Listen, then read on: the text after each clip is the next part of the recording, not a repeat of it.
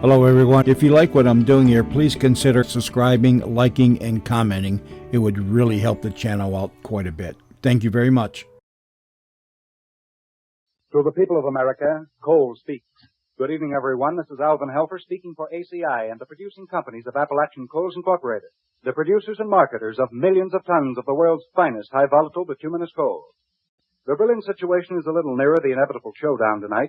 In Washington, there was a further discussion of the critical problem by President Truman and his top military and diplomatic advisers. There was no actual report on what was said, but it is known that official Washington is taking a very glum outlook on the whole matter. In the Netherlands, the foreign ministers of 5 nations began a conference on what to do next about the Soviet starvation blockade of Berlin. So far, no decision.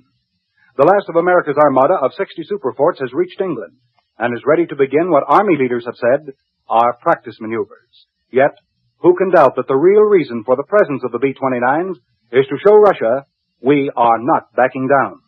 There has been talk all day that the Western Allies may decide to send an armored train or an armored truck convoy into Berlin anyway, with or without Russian permission.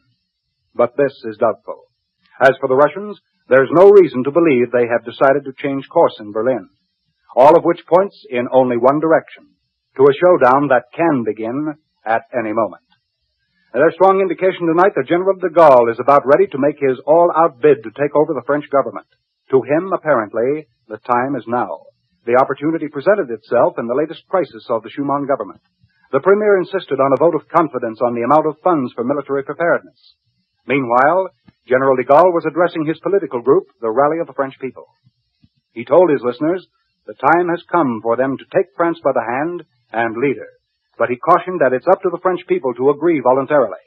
So we can look for plenty of activity from the de Gaulle camp from now on. De Gaulle has lighted the fuse. Now it's just a question of how long it'll be before the full force of his political power explodes. Tom Dewey isn't wasting any time patching up those broken political fences. He's already talked with one of his biggest rivals in Philadelphia, Senator Taft. Now he's planning to chat with the other big rival he had for the presidential nomination, Harold Stassen.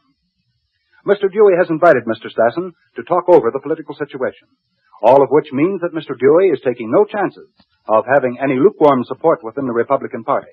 He wants to be sure he has complete backing of all GOP leaders. It's probable that Mr. Stassen will go along with Mr. Dewey. After all, there isn't much else he can do.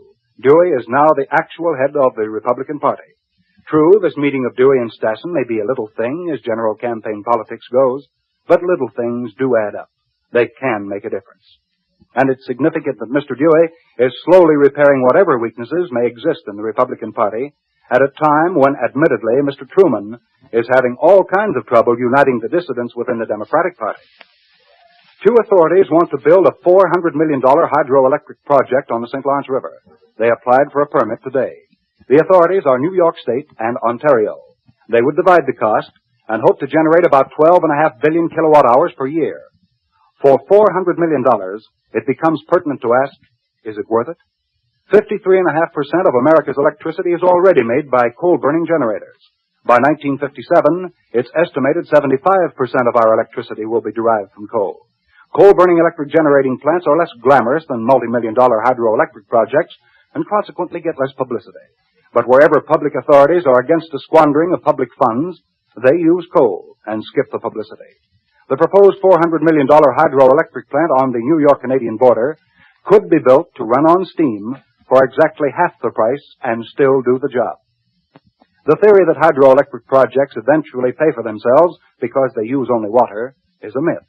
In the words of Frank H. Fowle, noted utilities designer, you can build a steam plant and move coal to it 200 miles and do it cheaper than you can transport electricity the same distance.